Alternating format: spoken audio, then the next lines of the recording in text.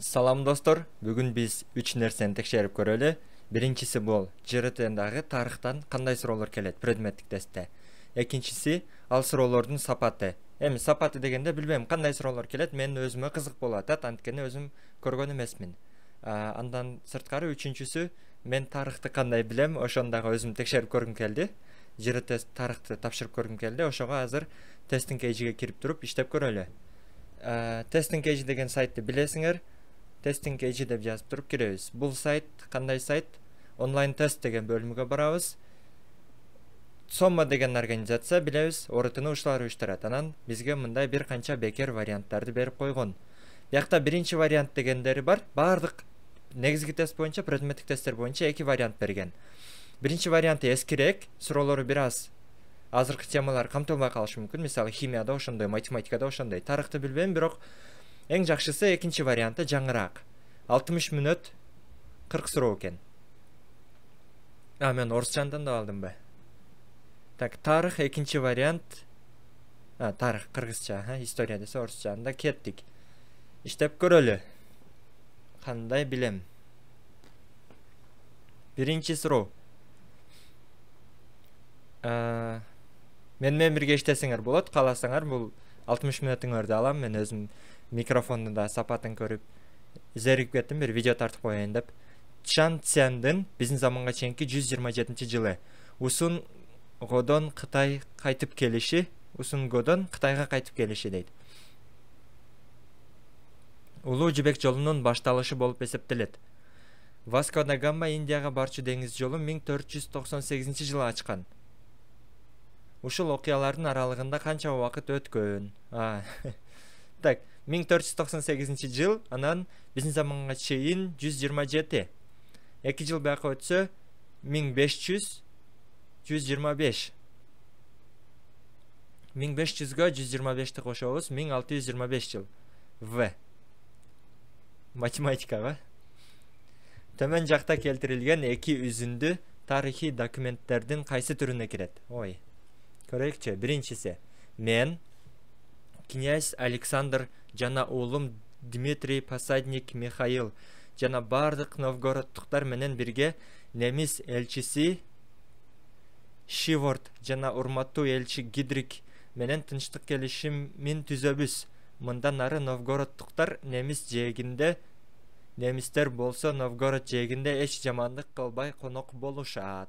Ушу мен Новгород жөнүндө видео көрөйүн деп көрө эле келем. Тиленүү арыз эмес, мемуар эмес, келишим. Оңой кочот. В. Келишим да, келишип атпайбы.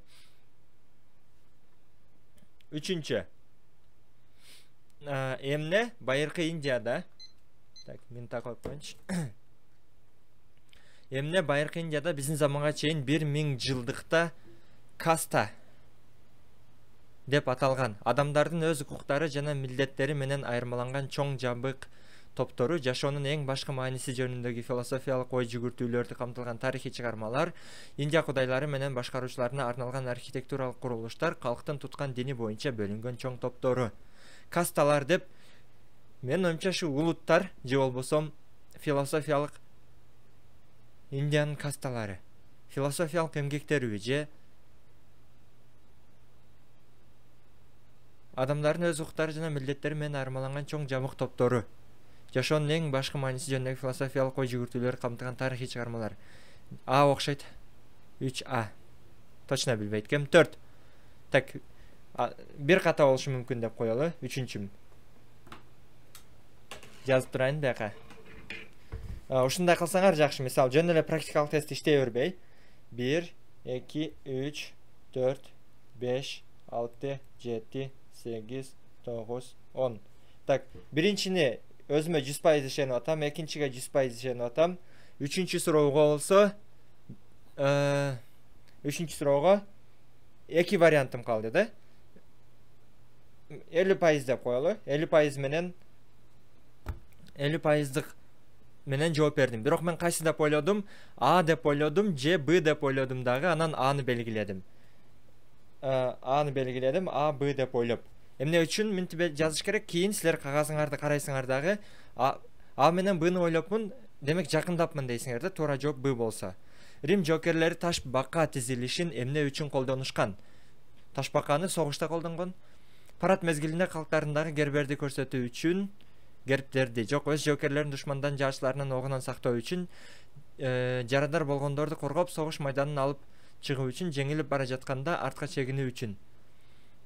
Ташбака тизилишин эмне үчүн колдонушкан? Буларда тизилиштин түрү бар экен, ташбака дагы башка деп. Булардын ар кандай душмандан жаачлардын огунан сактоо үчүн го да, менин оюмча. Жаашынан сактоо үчүн мындай щиттерди общий бири-биринин үстүнө коюп туруп барат го. Б, 4Б. Калкандарына. Байыркы Афина мамлекети байыркы чыгыш мамлекеттеринен эмнеси менен айырмаланган? Так, Афина деген гректер. Афина мамлекети байыркы чыгыш мамлекеттеринен эмнеси менен айырмаланган? Афинада бүт бийлик падышалардын колунда болчу. Афинада мамлекетти башкаруу кулдар катышчу. Афинада бийлик мураска өткөрүлүп берилчү. Афинада шаар мамлекетти башкарууга эркин тургундар катышчу. Гректерде демократия болгон, биз парламентаризм болгон. Так, бул Римде парламент болгонда, гректердечи? Гректерде дагы немеси болгон? Так, гректер дагы сенат деп, дагы башка деп, бул Римдерде болгон. Бирок гректерде болгонбу? Болгон окшойт, мисалы Аристотель дагы башкалар шайлоолору болсо керек буларда. Бизде жылдан жылга хандыкка өтүп баратабыз. Бияк наоборот окшойт. 5Г деп коеюн, бирок 40%, 60% деп ойлойнчу өзүмдө. Так. 4-нчүнү ташбаканы согушка дедим. Бул дагы 50% примерно мындай. Ойлонуп туура так жооп бере албадым да. 6-нчы. 7-нчи кылымда кайсы мамлекет түзүүдө мусулман дини бириктирүүчү фактордун ролун ойногон? Араб халифаты. Албетте. Бул 6Б. 100% ишенимде. Киев Русунун княздарынын 10-чу кылымдын орто чениндеги тышкы саясатынын максаты эмнеде болгон? Европа башкаруучулары менен сулалелик династиялык никелерди түзүүдө, багындырылган Хазар кагандыгынан алым чогултуп алууда, бардык коңшу урууларды каршы баскынчылык жортуулдарды жасоодо, бардык чыгыш славян урууларын бирдиктирүү, мамлекетке бириктирүүдө. Так, Киев Русунун княздарынын 10-чу кылымдын орто чениндеги тышкы саясатынын максаты эмнеде болгон? Так, 10-чу кылымда Киев Рустек, Киев орустары не кылды? 10-чу кылымда булар монголдор келелек. Сырчан, Отрак дегендер бар эле, кыпчактар менен половецтер менен согушкан, бирок нике берип, кыздарын алып беришип, жакшы мамиледе курган. Мен оюмча GTA ар кандай мамилелерди булар жортул жасаган эмес. Бардык бир мамлекет славяндарды бириктирем деп ойлогон эмес го дейм, мен оюмча. Асы го дейм бар бир. GTA 60%. Так, GTA 6-ны Б кылдым, 8. 11-чи кылымдын аягында крест жортуулдарынын мезгили башталып, аларга дыйкандар, жарды рыцарьлар, феодалдар жана дин кызматчылары катышышкан. Эмне жортуулдардын бардык катышуучулары үчүн башка бириктирүүчү фактор болгон? Өз жерин таштап кетүү каалоосу, жаңы жерлерди басып алуу, жаңы соода жолдорун ачуу, жаңы жерлер жөнүндө билүүгө умтулуу. Жок, жаңы жерлер билүүгө умтулуу эмес, гыны чиебиз. Жаңы соода жолдорун ачуу неме үчүн? Аскерлер үчүн бул кызыктырбайт. Жаңы жерлерди басып алуу баарына кызыктырат, өз жерин таштап кетүү бир жагынан баарына кызыктырат. Негизи мындай болгондо, крестовый поход диний эле максатта болгон эмес. Бирөөлөр бул политикалык максат болгон, жаңы жерлер керек болгон, жаңы байлык баарына керек болгон. Ошондуктан бул 8Б. Менин оюмча бул 80% туура деп ойлойм. 9. Орус князьдыктарынын неле орус деп берет бизге кайта эле. Орус князьдыктарынын 14-чү кылымда бир мамлекетке бириккендигинин себеби эмне болгон? Монголдор. Так, 14 болсо, 14 кылым деген 1300'ün bir нерсеси. Монголдордун өзүсүнөн бошонуу, феодалдардын көз карандысы болуп туруп, бийликке жаңы Суаленин династиясынан келиши, бирдиктүү диндин кабыл алынышы. Так, неме качан бөлүндү? Православ менен католиктерге качан бөлүндү Рим, Константинополь, Рим болуп? Ал эсимде жок. Менимче 14кө чейин эле бөлүнгөн окшойт деп ойлоп атам, бирок 14-төрдө дагы бөлүндү. Жок. Не болсо да.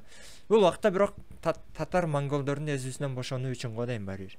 9 монголдор 1250-лөрдүн ортолорунда 70% ишенип атам.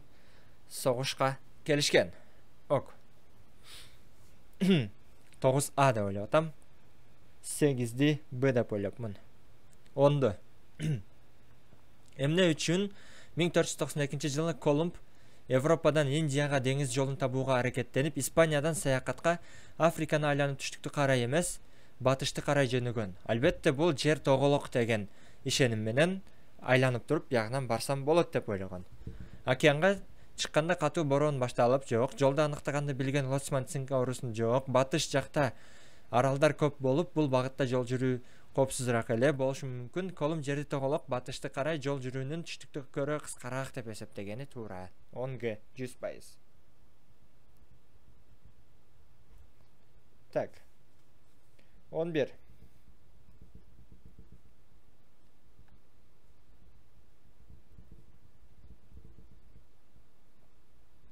Анан Американы ачкандагы, батышка барсам Индияга барам деген да жер тоголок болсо, анан Американы ачып туруп, Индияга келдим деп ойлоп калган. Байкуш. Төмөн жакта келтирилген архитектуралык курулуштардын ошондуктан дагы Американын жергиликтүү өзүнүн калкыны индеецтер деп атап коюшат.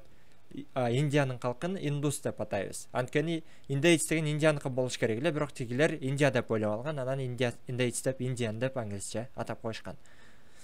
Төмөн жакта келтирилген архитектуралык курулуштардын кайсынысы классика стилине тийиштүү? О, кудай. Так. В классикабы, Б классикабы, А классикабы?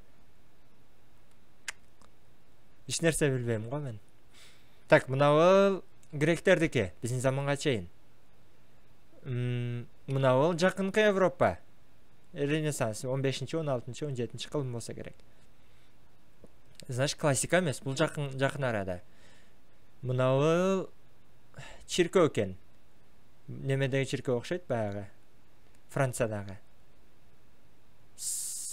Так, квазамотолор бар эле го, кайсы эле? Собор Парижской Богоматери, Нотр-Дам де Пари деген чыгармадагы. Булар болсо, классика В окшойт барбир. Эң эскилерди классика деп мындай. Классика деген сөздүн мааниси түпкү тамыры, башкаларга мисал боло алычу дегендей бир мааниде. 50% менен эле белгиледим, башка билбейм точно. Классика деген сөздүн мааниси ошондой. Классикалык музыка деген мындай бүттүгүнө мындай классикалык кийим кантип түшүндүрөт экен? Классика деген ушундай мисал боло алат, бүттүгүнүн башчысы, эң мындай представители дегендей мааниде. 1653-1658 жылдары Англис революциясынан кийин орногон Кромвелдин протектораты өлкөнүн башкаруунун кайсы формасына тийиштүү болгон? 1653-1658 не болду Англияда?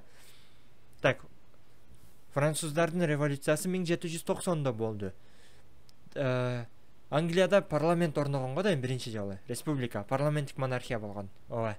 Абсолюттук монархия жоюлган, согуштук диктатура болгон эмес, республика болгон эмес, парламенттик монархия болгон. Республика бул Парижде болуш керек эле, Францияда. Так, парламенттик монархия Г.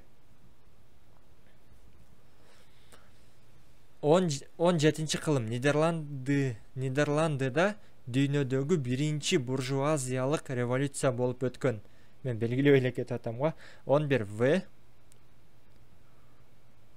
Так, артка кайтайын. 11-де В деп мен. 12-ни Г дедим. 13. Нидерландыда 17 кылым. 17 кылым деген 1600. Онда 1600-лөрдө Нидерландыда гукмуктар микроскоп таппады экен. Биринчи буржуазиялык революция болуп өткөн. Буржуазиялык деген Нидерланды да революция алып келген себептердин бышып жетилишине өбөлгө түзгөн тарыхый окуялар кандай тартипте орун алган? Географиялык ачылыштар Нидерланды порт шаарларынын соода айланышынын дүркүрөп өсүшү, Нидерланды экономикасынын өнүгүшүнүн ылдамданышы, Нидерландынын Испаниянын негизги киреше булагына айланышы. Биринчи буржуазиялык революция болуп өткөн. Буржуазиялык деген неме беле? Ишкерлердин беле, ишчилердин, буржуа. Так, биринчи географиялык ачылыштар болду окшойт. Андан кийин порт шаарларынын соода айланышынын дүркүрөп өсүшү болду. Экономиканын өнүгүшүнүн ылдамданышы, Нидерландынын Испаниянын негизги киреше булагына айланышы. Так, анда порт шаарларынын соода айланышынын дүркүрөп өсүшү 2ден кийин 3 болот да. Порттор өнүгөт, анан экономика өнүгөт. Демек, 2ден кийин 3 болуш керек.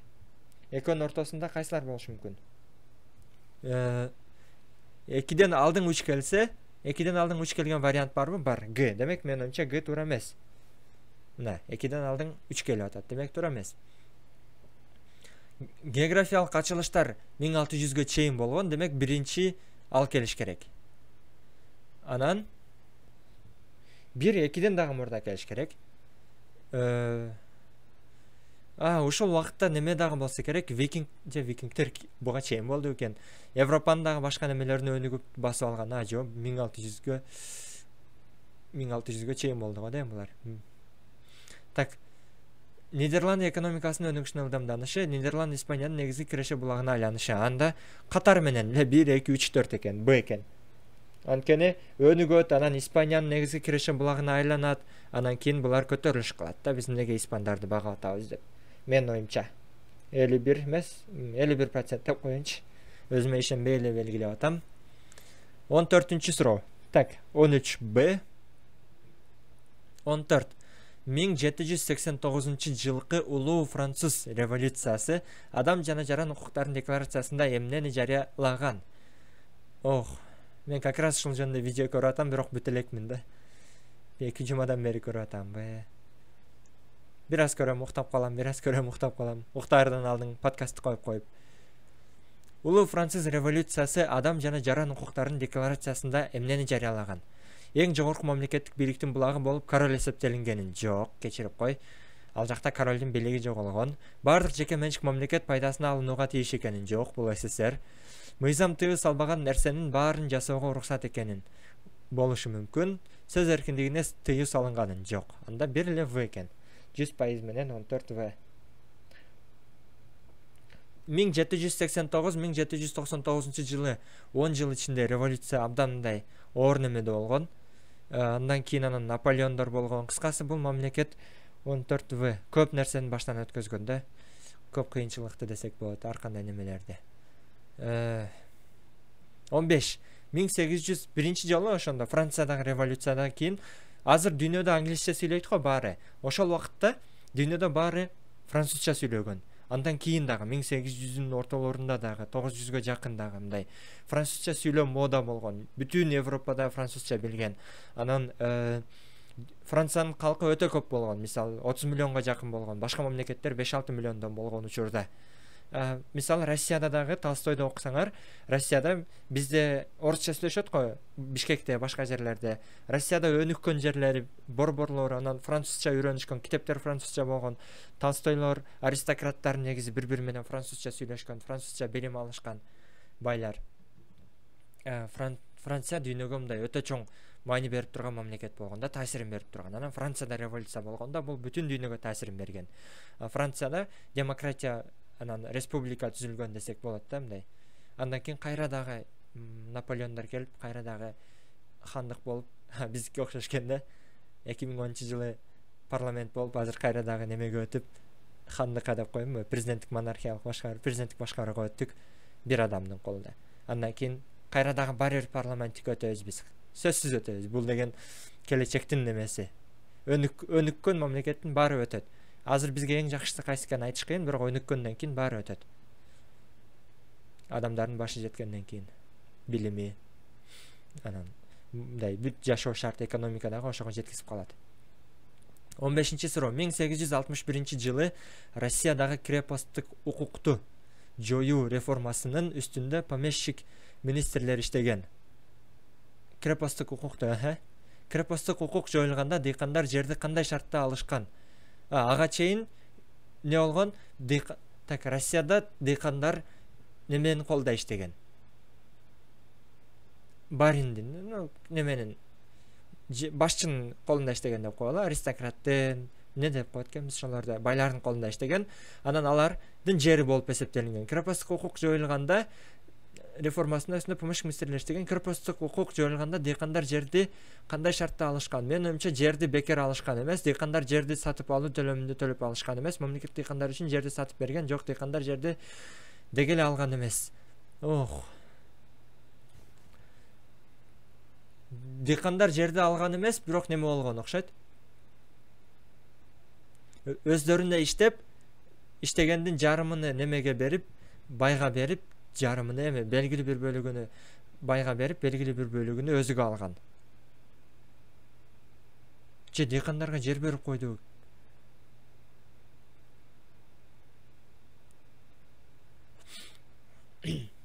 Сатып алган эмес го да, менин оюмча. Мамлекет дыйкандар үчүн жерди сатып берген. Жок. Дыйкандар жерди деги эле алган эмес.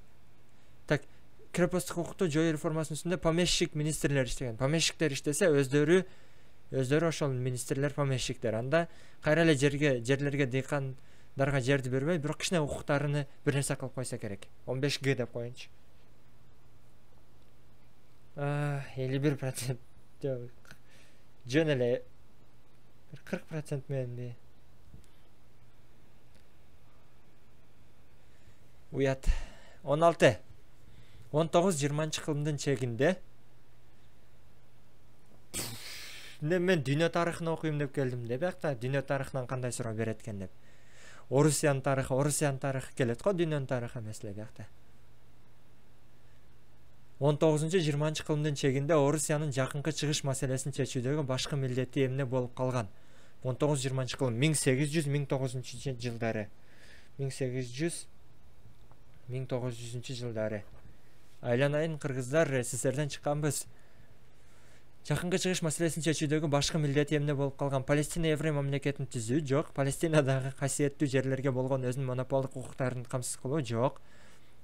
Босфор жана Дарданелла кысыктарынын көзөмөлдөө зарылчылыгы болушу мүмкүн. Түркиядагы революциянын тутандыруу. Так, Орусиянын жакынкы чыгыш маселесин чечүүдөгү башкы милдети эмне болуп калган?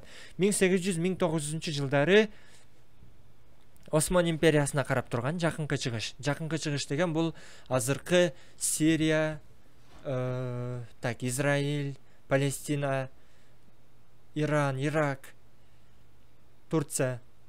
1800-1900-дөрдө орустар неме менен согушкан, түрктөр менен согушкан. Палестина еврей мамлекетин түзгөнү ойлобойм. Касиеттүү жерлерге болгон өзүнүн монополдук укуктарын камсыз кылуу, Палестинадагы касиеттүү жерлерге. Жок, Россиянын монополдук укугу болгон эмес деп, Осман империясына карап турган. Босфор жана Дарданелла кысыктарынын көзөмөлдөө зарылчылыгын ойлошу мүмкүн. Анан Түркиядагы революцияны тутандыруу болушу мүмкүн. Бирок революцияны тутандырыш үчүн анчалык күч кошто дебейм, бирок кысыктардын көзөмөлдөө зарылчылыгы. Стамбулда Екатериналар Россиянын байрагы турушун каалаган деп укканмын да, кыскасы Түркиянын территориясын басып алгысы келген Константинопольду. Анткени барына жер керек да. Константинопольду мурда түрктөр басып алган. Демек андан кийин орустар басып алам деп атат азыркы Стамбулду. Менин оюмча Босфор жана Дарданелла кысыктарын көзөмөлдөө керек болгон. Анткени ал жакта соода. Кысыктардан кемелер өтөт, кемелерден соода өтөт. 16В. 17. Дүйнөлүк согуштар убагында кээ бир катышуучу өлкөлөр сепараттык тынчтык түзүү жөнүндө сүйлөшүүлөрдү жүргүзө баштайт. Кандай келишим сепараттык деп аталат? Сепарат деген separate деген сөздөн келет, англисче бөлүнүп алуу. Бөлүнүү деген. Сепараттык келишим значит согушуп жаткан мамлекеттер коалицияна кирген өлкөлөрдүн өз союздаштарынын макулдугусуз түзгөн тынчтык келишим болушу мүмкүн. Так аныкталган бир маселеге тийиштүү эл аралык документ жок. Эки жана андан көп мамлекеттер тарабынан түзүлгөн бактылуу тынчтык келишим жок. Коалиция катышуучуларынын биринин башкалардын үстүнөн артыкчылыгы жол жоболоштурган келишим. Сепараттык деп аталат. Согуштар убагында кээ бир катышуучу өлкөлөр сепараттык тынчтык түзүү жөнүндө сүйлөшүүлөрдү жүргүзө баштайт.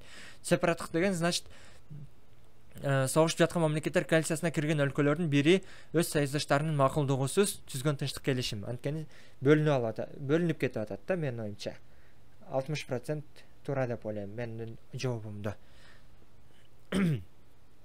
17А. 18. 1925 жылы СССР туура, биз СССР курамында болгонбуз. 25 Коммунисттик партиясынын 14-съезди тарабынан кабыл алынган өлкөнүн индустриялаштыруу программасынын башкы максаты эмне болгон? Так, 1925 бул убакта Ленин өлдүбү? Так, Ленин качан өлдү эле? Примерно ошол убакта да, бирок эстей албай атам го. Же мындан кийинби? Ай. Съезди тарабынан кабыл алынган индустриялаштыруунун башкы максаты эмне болгон? Көп сандаган жоокердүү жакшы үйрөтүлгөн жана куралдар армияны түзүү. Индустриялаштыруу деген өнөр жайды өнүктүрүү. Эмес. Армияны түзүү, айыл чарбаны өнүктүрүү үчүн жеңилдетилген шарттарды түзүү болушу мүмкүн. Эл чарбасындагы бардык тармактарда ири машина өндүрүш түзүү, эң туура. Же курулуш тармагын өнүктүрүү үчүн өнөр жай ишканаларын түзүү. В менен Г. Эл чарбасынын бардык тармактарында ири машина өндүрүш үчүн түзүү. Курулуш тармагынын өнүктүрүү үчүн өнөр жай ишканаларын түзүү. В да бардык тармактар, менин оюмча, индустриялаштыруу болуп аткандан кийин бардык тармактар. Эл чарбасынын бардык тармактарында ири машина өндүрүш түзүү. Курулуш тармагын өнүктүрүү үчүн, биякта бир эле курулуш деп атат да, өнөр жай ишканаларын түзүү.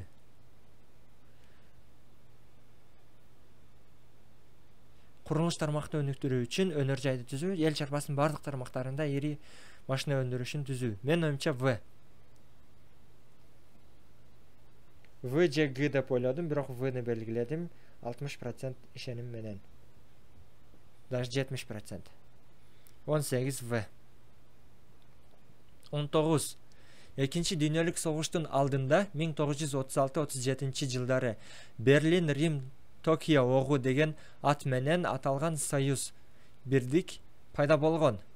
Берлин, Рим, Токио. Италия, Япония. Ошол бирдик түзгөн өлкөлөр эмне жөнүндө макулдашып алышкан? Европадагы антифашисттик кыймылды колдоо жөнүндө. Фашизмге каршы кыймылды колдоо жок, өзү фашисттер да бул. Берлин деген Германия болуп атса, эмес. Европадагы коммунисттик кыймылга каршы биргелешип күрөшүү болушу мүмкүн. Бирок коммунисттерге анчалык эле иши болгон эмес го да фашисттердин. Экономикалык каатчылыктын, кризистин кесепеттери менен бирге аракеттенип күрөшүү болушу мүмкүн. Европада коллективдик коопсуздук системасын түзүү.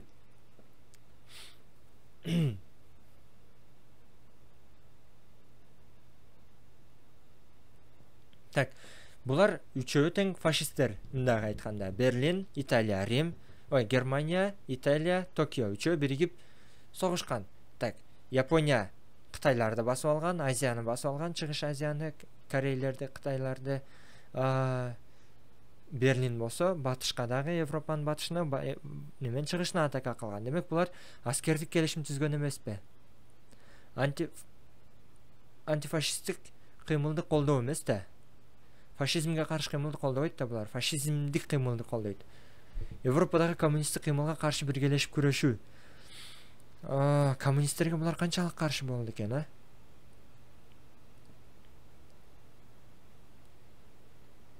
Европада коллективдик коопсуздук системасын түзүү. Бирок Япония үчүн эмне мааниси бар? В деп ойлойм, точно билбейт экем. 30%. Так. 20.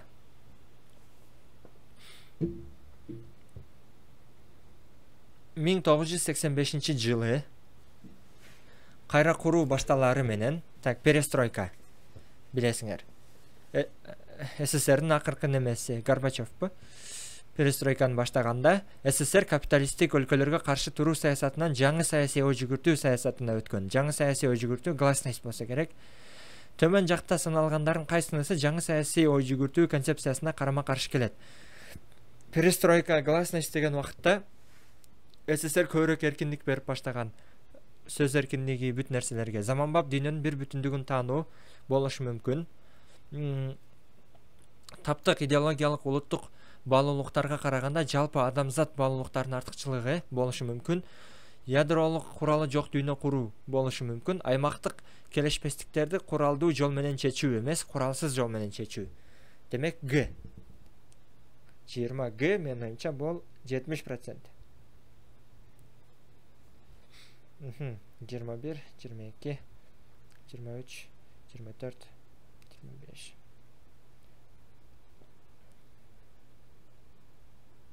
Отuz. Перестройка багы.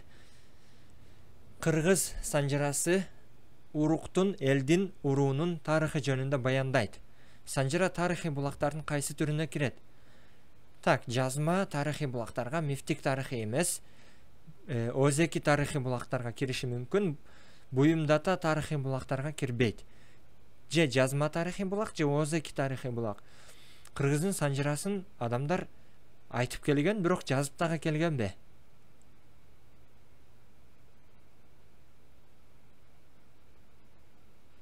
Санжыра жазылганбы? Же жазылган эмеспи? Азырго жазып баштады, бирок мурда көп жазган эмес го дейм. Бизде жазуу өнөрүнүн немеси анчалык өнүккөн эмес да, биз көчмөн болгонбуз. Мен оюмча озеки тарыхый булак го дейм, санжыра барыр. В. 21 В. 80% деп ойлоп атам. Бирок А дагы деп ойлоп атам, бирок А эмес. Жазып коюш керек. А деп дагы ойлоп атам деп бияка жазып коюш керек. Бирок Вны белгиледим деп. Ошондо канчалык жакындаганыңарды билесиңер. 22. Эмне үчүн биздин заманга чейин 2-1 кылымда Кытай менен хундар өзүнүн тышкы саясатында уусун мамлекети менен эсептешүүгө аргасыз болушкан? Так, Кытайдын үстүндө хундар жасаган, усундар каяктан чыкты? Усундар атчан аскери күчтүү болгон, усундар Кытай кербендерин коргошкон. Так, усын кунбагы, күнби хун жана Кытай канбейкелерине үйлөнгөн, усын мамлекети Кытай жана хун империялары менен чектеш болгон. Так, биринчи Бысы боло албайт. Кытай кербенин коргошсо, анда булар мамлекети менен эсептешүүгө аргасыз болбойт. Усундарды эсептешүүгө аргасыз болуу деген мындай бир нерсе деп күчтүү деп таанылуу экен да. Анда усундар атчан аскери күчтүү болгон болушу мүмкүн. Усундар Кытай кербендерин коргошкон болушу мүмкүн, эми жок. Усын кунбагы хун жана Кытай канбейкелерине үйлөнгөн.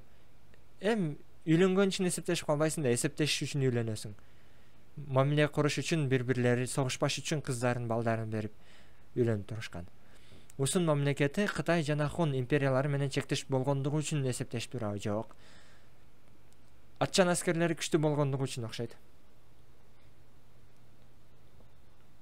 А деп ойлоп атам, бирок 60%.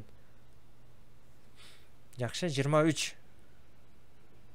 Эмне үчүн Кытайдын Хань империясы биздин заманга чейин 103-жылы Даван мамлекетине жасаган ийгиликсиз жортуулугунан кийин согуштук жоготуулар менен чоң чыгашаларга карабастан биздин заманга чейин 101-жылы 2 жылдан кийин шашылыш түрдө экинчи аскерди жабдып Даванга каршы жаңы жортуулду баштайт. Мен бул тарыхты мектепте өтсөк керек, бирок унутуп калыптым же билбейм, такыр эле. Хан империясы Даванда жибек жасай башташат деп кооптонгон болушу мүмкүн. Даван хан империясынын бүтүндүгүнө коркунуч туудурган болушу мүмкүн. Хан империясынын солгундай түшкөн зоболосуна калыпка келтирүү керек болгон. Ким билет. Давандын түшүмдү көп берүүчү жерлери хан империясын кызыктырган болушу мүмкүн. Шашылыш түрдө болгонго жараша Даванда жибек жасай башташат деп кооптонгонбу? Шашылыш түрдө болгондугу үчүн, Даван бүтүндүгүнө коркунуч туудургандыгы үчүнбү? Хан империясынын солгундай түшкөн зоболосун калыпка келтирүү үчүн шашылыш түрдө жасайбы? Ийгиликсиз болду. 2 жылдан кийин кайта дагы согушка барды. Эмне үчүн баштайсың? Жибек жасай башташат деп корккон деген мончолук жүйөлүү эмес сезилип атат. А эмес деп коелу. А Б В Г деп кагазга жазып аласыңар. Аны чийип салдым, анткени кайра Ага кайтып келип албашым үчүн. Даван хан империясынын бүтүндүгүнө коркунуч туудурганбы? Коркунуч туудургандыгы үчүн шашылыш түрдө кылышың мүмкүн. Хан империясынын солгундай түшкөн зоболосуна калпка келтирүү керек болгондугу үчүнбү? Болушу мүмкүн, анткени өзүң өлөйүн деп баштап атсаң, бирөө сырттан бирөө менен согушсаң, өз ара биригесиң. Мисалы, бир улут өзүнүн ичинде чачырап жүрө берет, бирок сырттан бирөө атака кылса, согуш кылса, анан биригет. Болушу мүмкүн. Давандын түшүмдү көп берүүчү жерлери хан империясын кызыктырган болушу мүмкүн. Бирок хандын өзүнүн жери дагы жакшы дейм. Демек В же Б. Даван хан империясынын бүтүндүгүнө коркунуч туудурган. Хан империясынын солгундай түшкөн зоболосун калпка келтирүү керек болгон. В окшойт. В же Б деп ойлодум дагы, Вны белгиледим. 23 В 51% менен. Эптеп. 24.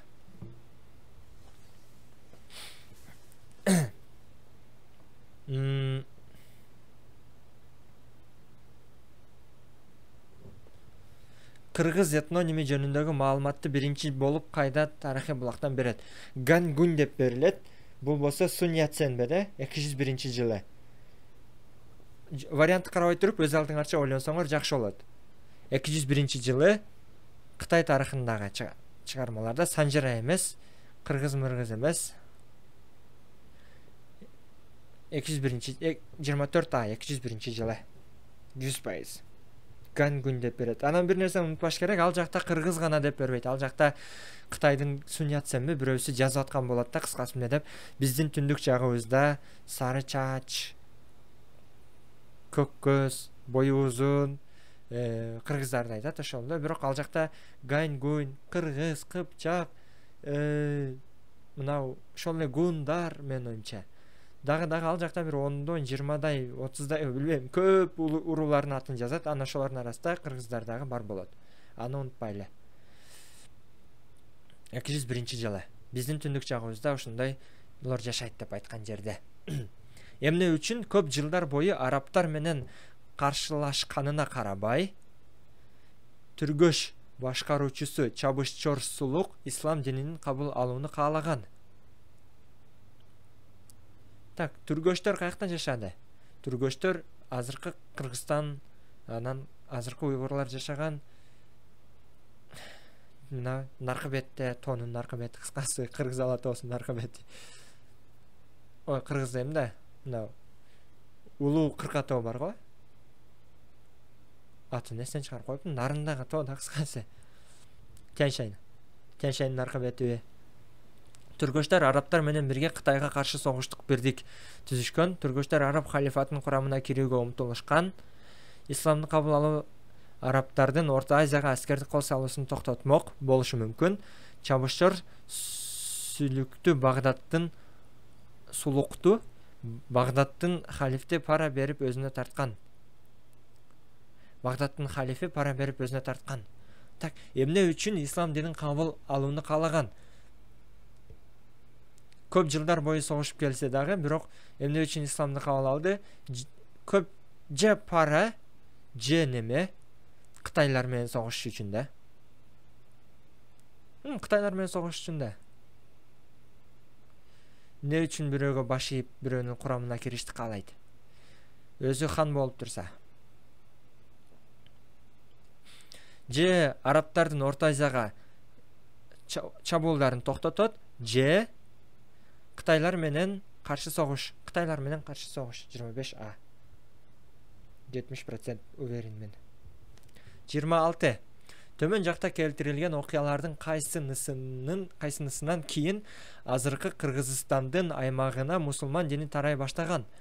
Азыр Кыргызстандын аймагына талас согушунан кийин го дейм. А эмес. Кыргыздар Эне Сайда Теңир тоого кетип калышкан. Кыргыз ой Кыргызстандын аймагына мусулман дини тарай баштаган. Карахани кагандыгынын пайда болушу, Талас салгылашуусу, Кокон хандыгынын пайда болушу, Баткак салгылашуусу. Талас кодем, Караханилер бирок итек мусулмандар болгон. Кокон хандыгынын пайда болушу, Кокон кече эле пайда болду. Талас салгылашуусу кодем, Б. 26. Караханиттер Талас салгылашуусуна чейин болгонбу же кийин болгонбу? 60%. 26 А же Б да? Так, Карахани кагандыгынын пайда болушу. Так, Талас согушу качан болду? Караханиттер 10-кылымдарда жашады. Примерно. Талас согушу 11-де болбоду менимче. 10го чейин, Караханитке чейин болду окшойт. Талас сап койройк. 27. Эмне үчүн Эне Сайлык кыргыздар 1207-жылы Чыңгызхандын аскерлерине каршылык көрсөтүшкөн жок. Анткени баягы акылдуу баласы келип туруп, кыргыздарды бекер эле утуласыңар, лучше бизге кошулгула деген. Ким эле? Ошол чоң баласы. Бул неме боюнча да, баягы чыгарма боюнча. Кар заман боюнча. Кыргыздар бөлүнүп жарылып, алардын бирдиктүү мамлекети жок болгон. Ооба. Кыргыздар Эне Сайда Теңир тоого кетип калышкан. Кыргыздар монголдорго алданып туткунга түшүп калган. Жок, кыргыздар монголдорду уйгур алымынан бошотуучулар катары кабыл алган. Ох, кудай.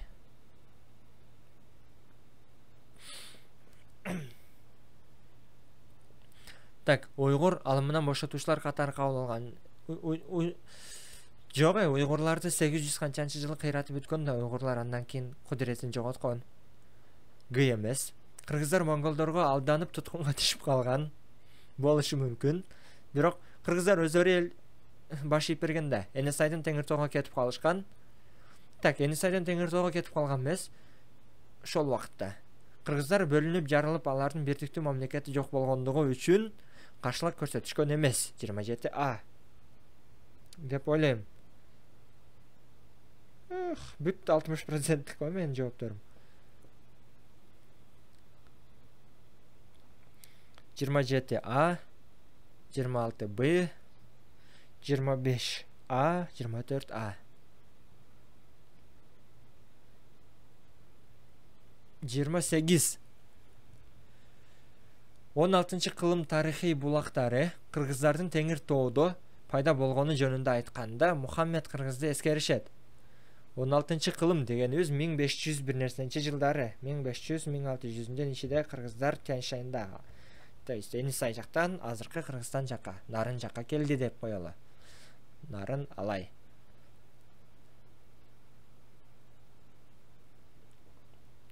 Мухаммед кыргызды эскеришет. Кыргыздардын тарыхында Мухаммед кыргыз кандай ролду ойногон? Мухаммед кыргыз Казак бирлигинин союзуна каршы чыккан.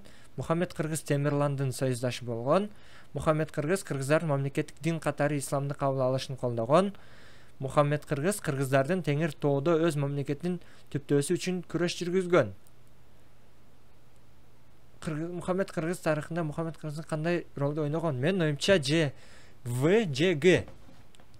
Кыргыз көчүп келе аткан болсо, значит, аты Мухаммед болуп атса, немеден көчүп келсе мусулман эмес болот. Эне Сайдагылар мусулман эмес, Тянь-Шаньдагылар мусулман.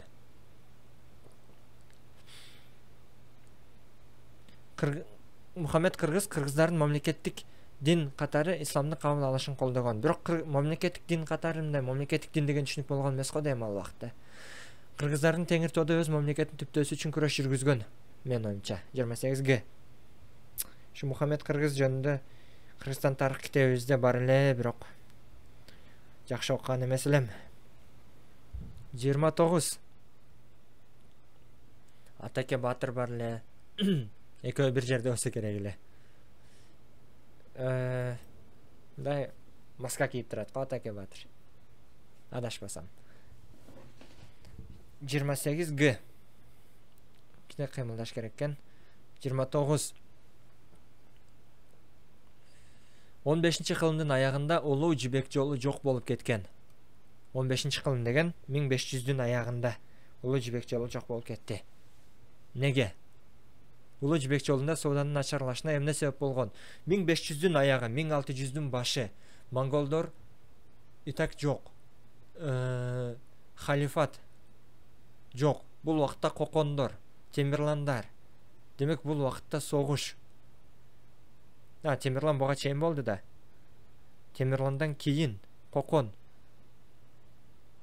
менен Бухара хандыктары. Дагы эмне бул убакытта? Ушул убакыттын тарыхын жакшы билбейм экен. Оорулардын жайылып кетиши болушу мүмкүн. Чумалар кайсы убакта болду экен Европада?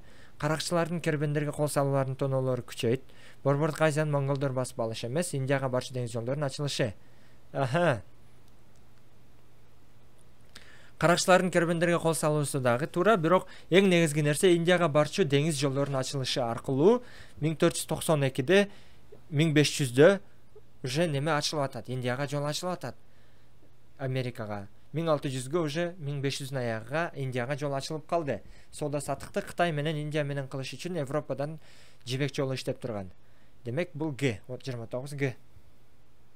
Бул 100% эмесми, 90%. 30. Так, монголдор 1200-1300-дөрдө басып алып атат. Хайдухан өткөрүп, төмөн жакта сыналган реформалардын кайсынысы мамлекет экономикасынын бекемделишине өбөлгө түзгөн эмес. Не деп койду? Хайдухан өткөрүп. Хайдухан деген адамдын атыбы? Төмөн жакта сыналган реформалардын кайсынысы мамлекет экономикасынын бекемделишине өбөлгө түзгөн эмес. Хан расмий салыктан башкы салыктардын чогултулушуна тыюу салган. Бул экономиканын өнүгүшүнө жардам берет го дейм. Хан акча реформасын өткөргөн, экономиканын өнүгүшүнө жардам берет. Хан айдалып эгилген талааларга мал жаюуга уруксат берген, экономиканын өнүгүшүнө жок болбойт да бул. Хан кол өнөрчүлүктүн өнүгүшүн жана шаарлардын калыбына келтирилишин колдогон, экономиканын өнүгүшүнө жардам берет. Бирок айдалып эгилген талааларга мал жайып берсең, сен эгиниң жеп салат да. 30 В деп ойлоп атам. Бирок слишком оңой болуп калды да. Көп убакыт кетиргим келбей атат, ойлонгом келбей атат.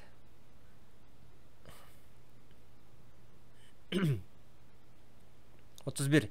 Эмне үчүн Моголистан мамлекетин түптөгөндөн кийин Пулатчы эмир Тоголук Темирди хан тактысынан көтөрүүгө жана анын атынан бийлик жүргүзүүгө аргасыз болгон.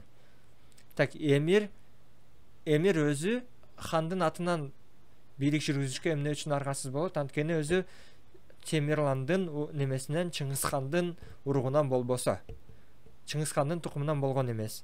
Көчмөн элдин колдоосу менен камсыз кылган, Тоголук Темир Чыңгыз хандын чөбөрөсүнө үйлөнгөн болчу. Бул мусулман калкынын колдоосун камсыз кылган.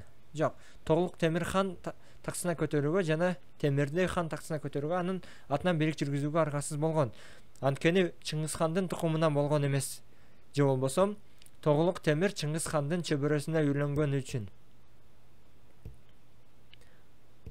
Ал үчүн болушу мүмкүн, бирок эң негизги себеби өзү Чыңгыз хандын тукумунан болбогондуктан башкаруу жүргүзө албайт го дейм. Анткени Темирлан дагы Амир Темир болгон, Темир хан болгон эмес. Анткени хандар жалаң гана Чыңгыз хандын тукумунан болуш керек болчу. Ошондуктан бул А. Бирок так 31, 32, 33, 34, 35, 36, 37, 38, 39, 40.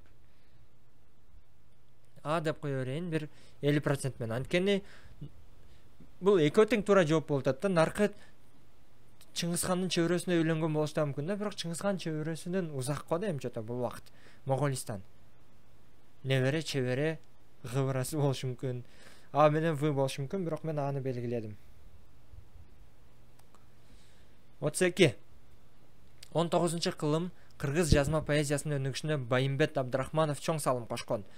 19-кылым деген 1800-дүн аягында.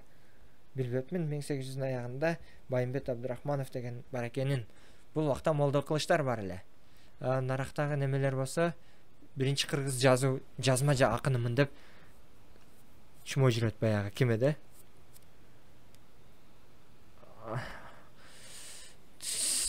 Бир неме бар го, жазуучулар союзунун башчысы бар го, 1900-дө жашаган. 1930-40-тарда, 20-ларда. Балка деген дагы кличкасы бар. Өзүнүн биринчи жазмамын дейт. Ага чейин молдо кылычтар бар эле да. Байымбет Абдырахманов чоң салым кошкон бул акын эл арасында кандай псевдоним менен белгилүү болгон? Молдо Нияз, Байымбет молдо, Тоголок молдо, Молдо Кылыч. Так, Тоголок молдо жазганбы, жазган эмеспи билбейм. Жазса керек, молдолордун баары каттаныган. Молдо Нияз жазган, Молдо Кылыч жазган. Булар немеге чейин болгон? Мына 1900 СССРге чейин болгон. Байымбет молдо да, конечно. Бирок алдап аткан жокпу Байымбет молдо дедирип? Эми Байымбет молдо деп кое берейикчи. Башкасын. Молдо Нияздын өзүнүн атын билбейм, Молдо Кылычтын өзүнүн атын билбейм. Вот секи Г. Капканга түштүм окшойт. Эч укпаптым да, бирок кыргыз жазма поэзиясынын өнүгүшүнө молдо мына Кадам жайдагы кимеде? Кызыл булактагы Молдо Нияз да, менин оюмча. Молдо Нияз чоң салым кошкон да. Бирок эмнеге ал Молдо Нияздын өзүнүн аты ким экен, а? Ай. Молдо Кылычтын өзүнүн аты ким? Бирок Байымбет молдо слишком мындай капкандай көрүнүп атат, Мен оюмча бул Молдо Нияз деген ат менен таанымал болгон. В. Отсеки В. Г бул мындай жаш баланы алдагандай Байымбет молдо деп алдаттырып атат. Отсеки көрөйүн кийин сөзсүз текшерем, адаштымбы, адашпадымбы. 33. 19-кылымдын 60-жылдары. 1860. Жазып алыш керек. 1860-та башыңарда ойлонсоңор, унутуп каласыңар. Кагазга жазып алсаңар, башыңарда сакташтын кереги жок. Орусия империясы Түркстанды, анын ичинде Кыргызстанды кошуп алууга умтулган, анткени Борбордук Азия элдеринин жашоо турмушуна чоң кызыгуусу бар болгон. Кечирип кой. Эмес, ал кыргыздардын Кокон хандыгына каршы улуттук боштондук күрөшүн колдогон. Улуу Британиянын ушул аймактагы позициясынын бекемделишине жигердүү каршылык көрсөткөн үчүн туура. Анын кыргыз уруу башчылары менен дипломатиялык алакаларын түзүүгө каалоосу бар болгон. Жок. Кыргызстанды кошуп алууга умтулган, анткени бул кыргыздар өздөрү барган, бирок кыргыз үчүн алар мындай кыргыздын жери үчүн эмес, Британиядагы түштүктөн кирип келаткан Россия түндүктөн түшүп барыш керек болгон. Ошондуктан Британиянын ушул аймактагы позициясынын бекемделишине жигердүү каршылык көрсөтүш үчүн аракет кылган. 33 В. Бул 80% туура. 34. 19-кылымдын биринчи жарымында кыргыздарда 19-кылымдын биринчи жарым 1850-ге чейин уруулар аралык жана уруулар ичиндеги кагылышуулар келип чыгып Сарыбагыш бугу. Алар көп учурда барымта менен коштолгон. Барымта эмнени билдирген? Барымта деген бирөөнү туткунга алуу, конушуна кол салууну жана жайылып турган малды жайыттын туш-тушуна качырууну. Коңшу уруунун же бири-бири менен касташкан уруулардын отор чөйлөрүн тийип кетүү. Жок, коңшу конушка барып малчылык өнүмдөрүн берүү. Жок, бири-бири менен касташкан уруулардан кыз ала качууну.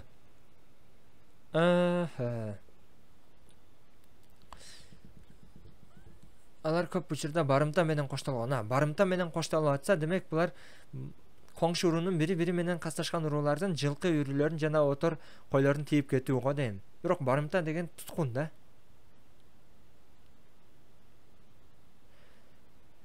Ж Б, А точно эмес. Так, А Б В деп жазып алайын, башым айланып кетти. Аны чийип салдым. Б коңшу уруунун чирнекке жазып алышыңар керек, болбосо кайра башыңар айланып кетет. Коңшу уруунун же бири менен касташкан уруулардын жылкыларын коңшу барып малчылык өнүмдөрүн берүүнү. Жок, В эмес. Жакшы түшүнбөдүм, бирок ал эмес. Г. Кыз ала качуу. Ал эмес го дейм. Б го дейм, Б. 34 б. Бул дегенибиз 34 б. Канча пайыз ишенип атам?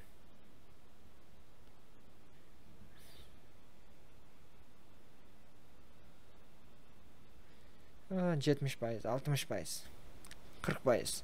Так, канчадан бери берилекмин? 31. 31А деп мен. Неге мен белгилеп койдум? 31А, 32В, 33В, 34Б. Түндүк Кыргызстандын кайсы шаары 1889-жылы? Ох, вакыт аз калды. Каерден көрсөттү вакытты? 5 мүнөт калыптыр. Тез. Түндүк Кыргызстандын кайсы шаары 1889, 1920 жана 1939, 1991 жылдар мезгилдеринде 19 чыкымдын борбордук жана Орто Азиянын атактуу изилдөөчүлөрүнүн атын алып жүргөн? 39. Так. Каракол го дейм. Бишкек Фрунзе. Борбор жана Орто Азия атактуу изилдөөчүнү. Так. Приживальск го дейм. Балыкчы. Жо, балыкчы деген рыбачы, каракол деген Приживальск болсо керек эле. Талас, Бишкек, Бишкек Фрунзе. Так, каракол. 35А. 80%. Так, тез. 36. Орусиянын, так, мындан бияка коеюнчу. Орусиянын 20-чыкымдын башындагы, 1900-дүн башындагы Түркістан колониялык саясатынын негизинде көчүрүү саясаты жана бул эмнени билдирген? Түркістан колониялык саясатынын негизинде көчүрүү саясаты жаткан. Бул эмнени билдирген? Дейкандарды Орусиядан Орусия империясынын чет жакаларына көчүрүүчү, туура орус букарлыгын жактырбаган кыргыздарды Түркістан крайынан чегинен сырткары көчүрүүнү жок, кыргыздарга айдоо жер тилкелерин жок, кыргыздар Кытайга көчүрүүнү жок. 36А. Орустар көчүп келген. Так, 80%, 90%. 37. Так, 35А. 36А. Тез. 37. 1925-жылы Фрунзе шаарына Интергельпо. Интергельпо деген азыркы неме Пишпек, улуттар аралык Пишпектин жаны. Улуттар аралык кооперативдик шериктигинин мүчөлөрү Словакия жумушчулары кандай максат менен келишкен?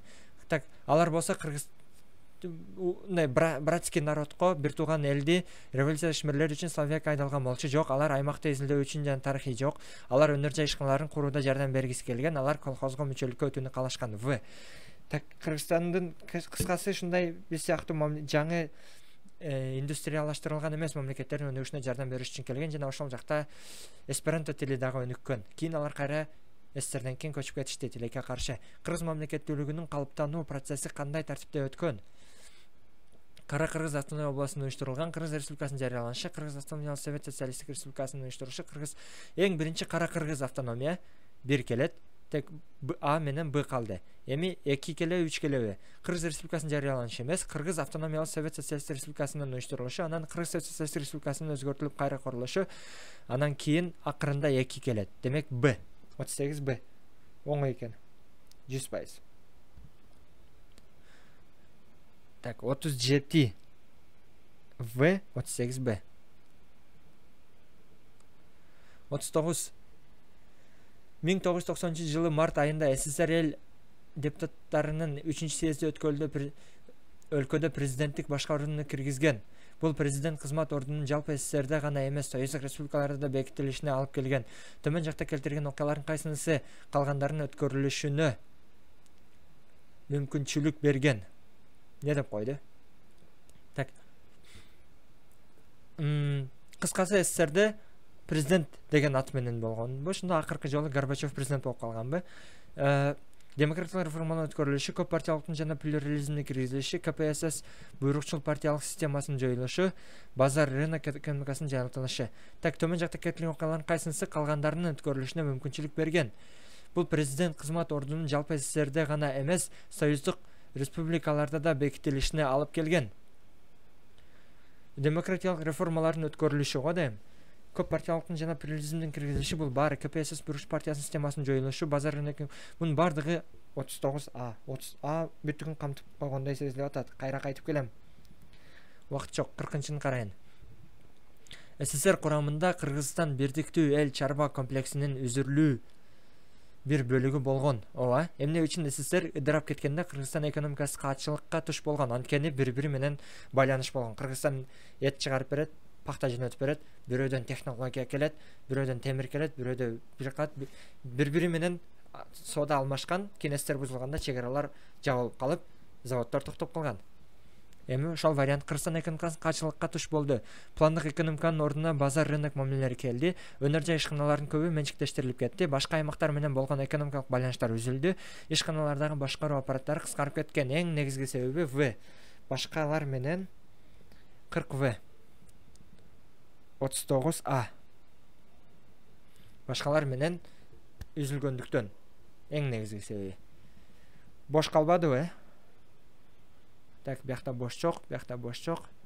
Бош жок, бош жок. Текшерип коюш керек.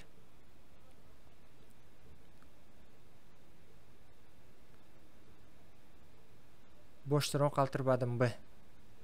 Калтырбапмын. Анда тестти тапшырып коеюн.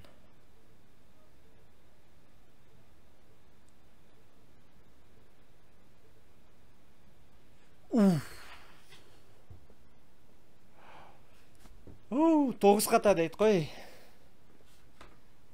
9 ката. Айланайын. Так. 31 туура бул канча пайыз? 77,5% дейт.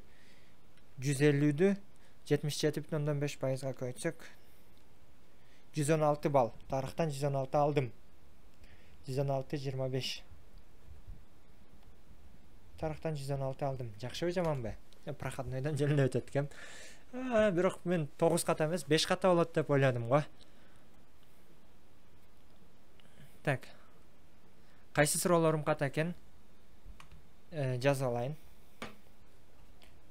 7-чи суроо Г болот экен. 12-чи суроо Б болот экен. 12 Б, 15 Б, 16 эмес 17 В, 19 Б, 25 В, 32 Б. 32 Б. Мен бая кайсыны 32-ни белгилеп койдум эле. 32 кайсынысы туура болот экен деп. Аз кайра тестти карап көрөлүчү. 32 шашылыш.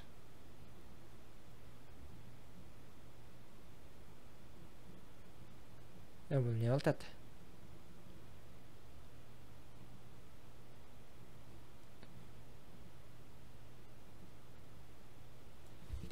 Экинчи вариант. Башынан барайынчы. Так, онлайн тест. Экинчи вариант тарых.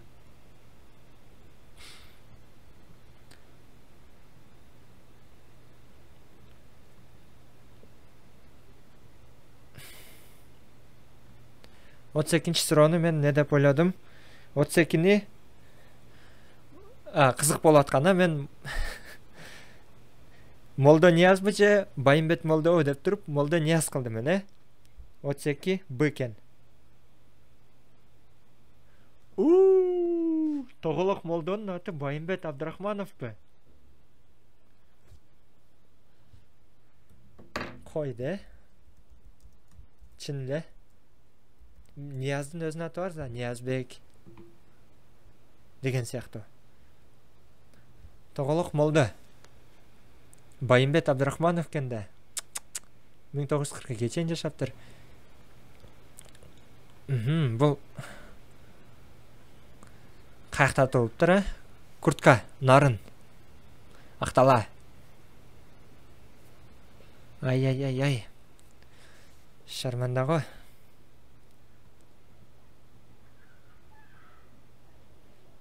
Жеңи жок, өтө көкө уулу.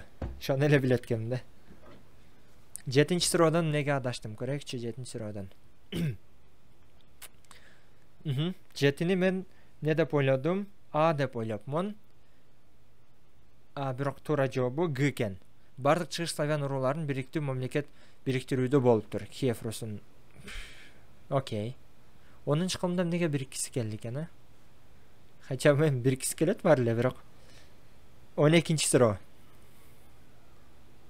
О, 11-ди туура кылыпмын де. Мына баягы классикалык кайсы дегенде В кылдым эле го. Эң байыркы гректердики. 12. Англис революциясынан кийин орногон Кремвельдин проекттери кайсы бул парламенттик монархия эмеспи? 12. 12 Б экен, согуштук диктатура экен. Эмне бул кыскасы ушул убакта бир согушуп отуруп аягында парламенттик монархияга келишет да. Бирок согуштук диктатура болгон учур экен да.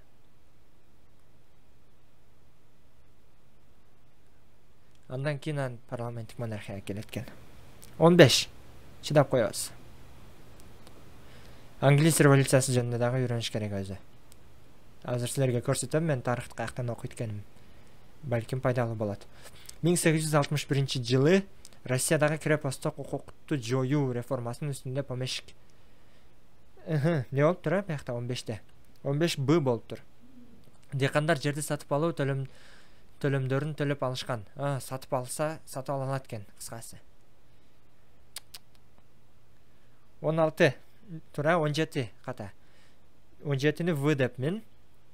Дүйнөлүк согуштар убагында кээ бир катышуучу өлкөлөр сепараттыкты. Мен 17-ни Б дегенмин да. Аз көрөйүн да. А дегенмин, кыскасы мына макулдугусуз. Булар болсо 17 В дейт. Эки жана андан көп мамлекеттер тарабынан түзүлгөн убактылуу тынчтык келишими. Өз алдынча да түзүлүшө берет да. Чыдаса болот. 19 Б. Европадагы коммунисттик кыймылга каршы биргелешип күрөшүү. Булар япондорго эмне жок дейм да, коммунисттерге каршы күрөшүп. 1930 болсо бул убакта даже Кореяда дагы коммунисттер өздөрүнүн эмесин жүргүзгөн, значит, Японияда да жүргүзүп баштаган окшойт да. Ошого каршы жүргүзүш келген окшойт. 25. Тик ката кеттим. Эмне үчүн ислам динин кабыл алган? 25 В. Исламды кабыл алуу арабтардын Орто Азиядагы аскердик кол салысын токтотмок. Макул дейли. Анан ошон менен 32-ден ката кеттим. Ага чейинкилердин баары ката кетпептир. Жакшы. 32 баягы. Тоголук молдо экен да, Байымбет Абдырахманов деген. Ошентип 77% туура кылдымбы? 116 балл тарыхтан. Мага жеке жакты тарыхтын суроолору, сомонун суроолору, тарыхтын суроолору жакты. Анткени мисалы мындай да, мен өзүм тарыхка кызыгамын. Окуган тармагым химия, бирок тарыхка кызыгам. Анан мен интернеттен ар кандай кызыктуу YouTube каналдарды көрүп келем. Ошол жактан мен үйрөнгөн нерселер биякта пайдасын тийгизип атат экен. Демек, мындай жалпы адамдарга кызыктуу болгон нерсени биякта сурап атат десек болот да. Анан карасаңар, неме сураган жок. Мындай жалпы тарыхтагы окуяларды түшүнсөң иштей аласың да, мындай мынчанчы жылы согуш качан болду, мынчанчы кылымбы же 12-чи кылымбы же 13-чү кылымбы деп сураган жок да. Мектепте бизден кантип сурашы мүмкүн, же баш иштебеген адам кантип сурайт? Мисалы мына Тоголук молдо качан жашаган деп сурайт да, анан кантип берип коет? 1860, 1942, 1865, 1942 деп койсо, бул деген мындай колхоздун суроосу болот да. Ал деген тарых деген бул жылды жаттоо эмес, датаны жаттоо эмес. Карасаңар, буга чейин бир дагы мындай датаны жатташ келген жок да. Бирөө качан туулду, мына согуш кайсы жылы болду эмес, примерно кайсы кылымдарда болуп атканын, дүйнөдө тарых кайсы жака мынтип жылып баратканын билсеңер, чыгара бересиңер. Демек, сомуга не деп коебуз? Терең ыраазычылык айтабыз. Тарых суроолору чынында сапаттуу, жакшы суроолор экен. Математика суроолору дагы жакшы, сапаттуу суроолор. Дагы кайсы суроолор бар? Химия суроолору жакшы, сапаттуу суроолор. Экинчи варианты. Биринчи варианты дагы жакшы эле, бирок экинчиси эң жакшы. Математикасы дагы жакшы суроо. Окуп түшүнүүсү дагы жакшы суроо. Грамматикасы дагы жакшы. Демек, сомого терең ыраазычылык. Анткени тесттин неменин суроолору бар. Баягы тест китептер бар го, НСТ. НСТ деген бул институт деген өнүкпөй калган бир уюм. Анткени институттун суроолору жаттамай суроолору көп. Мага жакпайт институттун химиясы дагы. Институттун географиясын көргөм. Эми география негизинде билбейм, кызыктуу эле нерсе, бирок кыскасы институттун химиясы жарабайт да. Анан институттун тарыхын дагы мектепте окуп жүргөндө көргөм. Эми чыдаса болот, бирок көп жакпайт. Сомо, ОРТ чындыгы жашоодогу пайдалуу нерселерди үйрөтөт. Андыктан биз ОРТга даярданып атып математиканы үйрөнсөк, жашоодогу пайдалуу математиканы үйрөнөбүз. Жашоодогу пайдалуу тарыхты, жашоодогу пайдалуу физиканы дагы үйрөнсөк керек. Физикасын дагы иштеп көргүм келип атат бир күн. Эгер комментарийде керек, менимче керек. Физикадан, тарыхтан аз балл алсам керек. Биякта канча балл алдым? 116. Физикадан билбейм канча алам. Көрөбүз. Жыйынтыктай берсек болот экен. Мен жактырып көргөн тарых каналдардын бирөөсү мына Bushwhacker. Андан сырткары Red Room көрөм. Ошол экөөнү